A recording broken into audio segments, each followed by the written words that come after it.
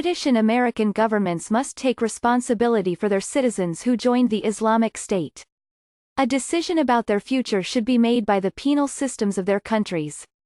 A fiery debate has raged around Hoda Mathana, an American woman, and Shamima Begum, a British woman, who joined the so-called Islamic State as teenagers and now want to return to their home countries.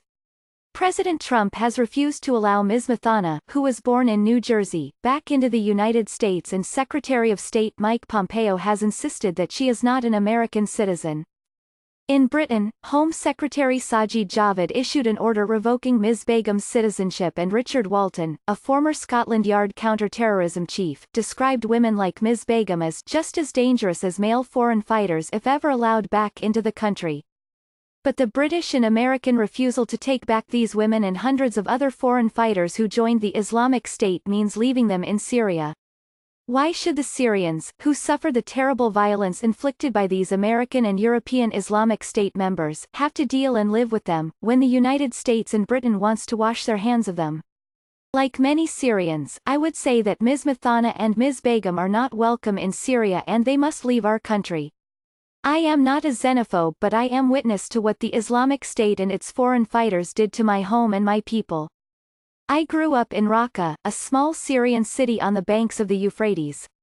In January 2014, Islamic State militants took control of Raqqa and cut it off from the world, submitting us to abuse and horror. The terrorist group called Raqqa the capital of its caliphate and began to publish slick videos calling the city a utopia, a paradise, and seducing new jihadists into joining the group.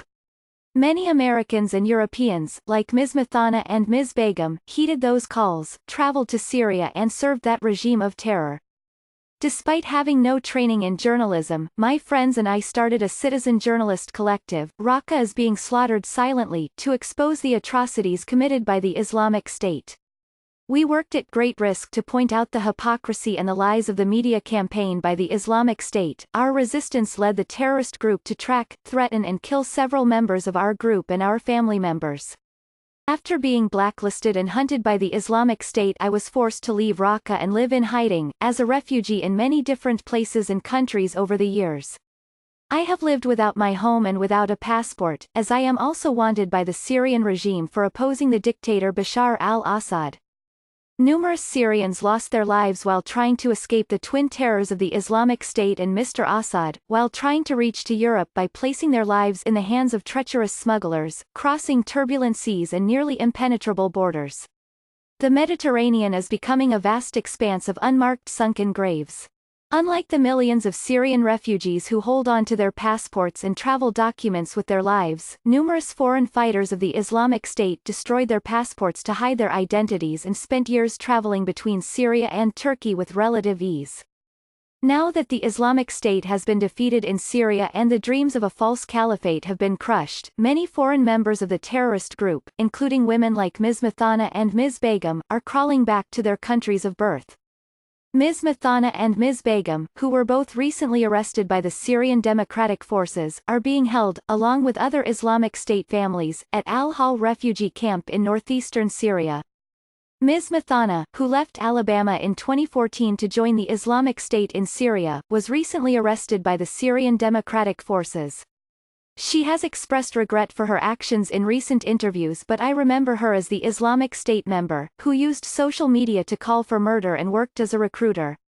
Ms. Begum, who left Britain and joined the Islamic State in 2015, rejected her family's many requests to return home. After she was arrested by the SDF, she spoke to Sky News Television about her decision to join the terrorist group. Ms. Begum hesitated and replied that she didn't regret her decision because it changed her as a person, that she enjoyed her time with the group, and met her fighter husband because of it. It suggested little remorse. She and others like her still believe in the poisonous ideas of the Islamic State. I have long wondered whether I would find it in my heart to forgive the foreign members of the Islamic State, including women like Ms. Mathana and Ms. Begum, for what they did to my people and my home.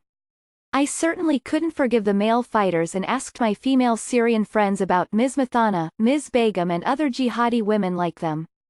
Every Syrian woman I spoke to emphatically stated that they could never forgive anyone who joined or supported the Islamic State. When I asked them specifically about Ms. Mathana and Ms. Begum, every female friend replied that both women should be arrested and prosecuted to save the Syrians and world from the danger they might pose at some point. I believe Ms. Mathana and Ms. Begum and all other foreign fighters and members of the Islamic State should be sent back to their countries of birth for trial and prosecution. The continued presence of Ms. Mathana, Ms. Begum and other foreign members of the Islamic State in Syria is a daily reminder of violence and horror their group inflicted upon our people and society. Last week, Ms. Begum's newborn son died in a hospital near the camp after breathing difficulties. The British government's decision to not take responsibility for Ms. Begum, to take her back and put her on trial under the country's laws, also denied her child the opportunity to get medical attention that could have saved his life. British, American and European governments need to take responsibility for these foreign members of the Islamic State, and a decision about their future should be made by the penal systems of their countries. Syrians must not be forced to have to take care of them. We need to purge people like them from Syria if our country is ever to recover from this plague. They must be removed from Syria immediately and forever.